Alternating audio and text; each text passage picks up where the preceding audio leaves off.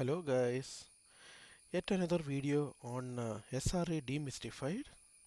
In this series I am trying to share briefly various principles, domains, areas, functions, everything behind site reliability engineering, and today we are going to look at what is meant by distributed monitoring. So who is SRE? SRE is Site Reliability Engineering, or the engineer is Site Reliability Engineer. They essentially help uh, manage your infrastructure, your systems. They write code, they monitor your systems, they do a lot of things. So look at my previous videos in case you wish to know more about SREs.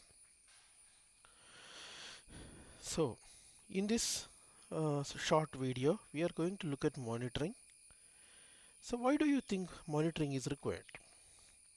Monitoring actually gives a lot of benefits. Some of the key reasons include analyzing long-term trends. How big my database and how fast is it growing, or how quickly is my daily active user count growing. And monitoring helps us in alerting when something is broken, or somebody needs to fix it right now, or something may break soon and the system predicted this can happen. In both cases we essentially need an alert. Or comparing time with respect to time or iterations. So our query is faster with Acme bucket of bytes 2.72 versus Ajax DB 3.14. Is my site slower than it was in the last week? All these answers you get if you have monitoring. Building dashboards for basic questions about your service and a few golden signals that we will talk soon. The details of those signals, everything you can put up in a dashboard. And finally, conducting ad hoc retrospective analysis. Essentially, okay, my latency just shoot up. What else happened during the same time, which might have led to latency? Now, what are some of the reasonable expectations for monitoring?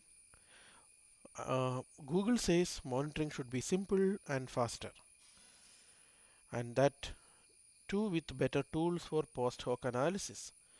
So some of the uses of monitoring includes capacity planning, traffic prediction, and those users can tolerate more fragility and can be of more complex in nature. To keep noise low and signal high, the elements of your monitoring system that direct to a pager need to be very simple and more robust, isn't it? Uh, with to a pager, you get a lot of alerts. It will be really disturbing, but you should get those pointed alerts that really helps make the system running and fixing issues.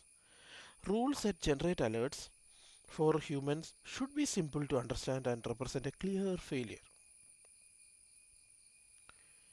Now, example systems, symptoms and causes. I am receiving HTTP 500 seconds or 400 seconds, 404s. Sorry, I am serving HTTP 500s and 404s. Database servers are refusing connections, or my response is slow. CPUs are overloaded by a bogus sort, or an Ethernet cable is crumbled under a crack, and things like that. Or users in Antarctica receiving animated cat gifs. Your CADN, Content Distribution Network, hates scientists and felines, and thus blacklisted some client IPs, and so on. Now, what are two different types of monitoring?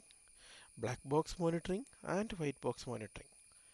So, you see a simple example of an HTTP server working with an agent. The response code you get is an external behavior, and looking at that to generate your doing your monitoring is black box monitoring, ping, HTTP, etc. On the other side, for the same request, you might be able to analyze the logs and internal metrics to understand the issues such as requested errors total, requested processing time, requested latency. If you do that way to analyze and monitor, that is white box monitoring. There is more to it, so let me brief about it. You can have black box monitoring, white box monitoring, and at an instance level or at a service level. So instance level is more of diagnostic oriented monitoring, things like using collectors such as data log agents, Datadog agents, Nagios, Telegraph, etc. And they use operate OS based insights such as Berkeley packet filter to do black box, whereas for white box monitoring at instance level, code instrumentation such as Java bytecode instrumentation, custom metrics using status deal or log analysis. Now what about service level? They are object oriented monitoring. So a black box service oriented monitoring could be network packet capture leveraging PCAP, and a white box service oriented monitoring could be distributed tracing framework such as Google Dapper, or tracing using specialized proxies such as Linkerd. Now we spoke about four golden signals while we said why to monitor. These are the four golden signals: latency, traffic, errors, and saturation. Latency, we know it is a time taken for a service uh, to respond to a request, and for example HTTP 500 error triggered due to loss of connection to a database, and it might be served very quickly. However, an HTTP 500 error request indicates a failure request, but there is an overall latency of 500 seconds, and we should not miscalculate them, by the way. Another signal is traffic, a measure of how much demand is being placed in your system, measured in a high level system specific metric. For a web service, this is usually HTTP requests per second, perhaps broken out by the nature of the request. For an audio streaming system, this might focus on network IO rate. For a key value storage system, this could be transactions and retrievals per second. And what about the third golden signal error, the rate of requests that fail either explicitly, implicitly, or by policy? Explicitly is like HTTP 500s. Implicitly is an HTTP 200 success response but coupled with the wrong content. And policy means if you committed to 1 second response time, and any request over 1 second is a response error, isn't it, by your SLA definition? Finally, saturation, how full your service is, a measure of your system's fraction, emphasizing the resources that are most constrained. In a memory constrained system, show slow memory. In an IO constrained system, slow IO. All these are examples of saturation. Choosing an appropriate resolution for measurements.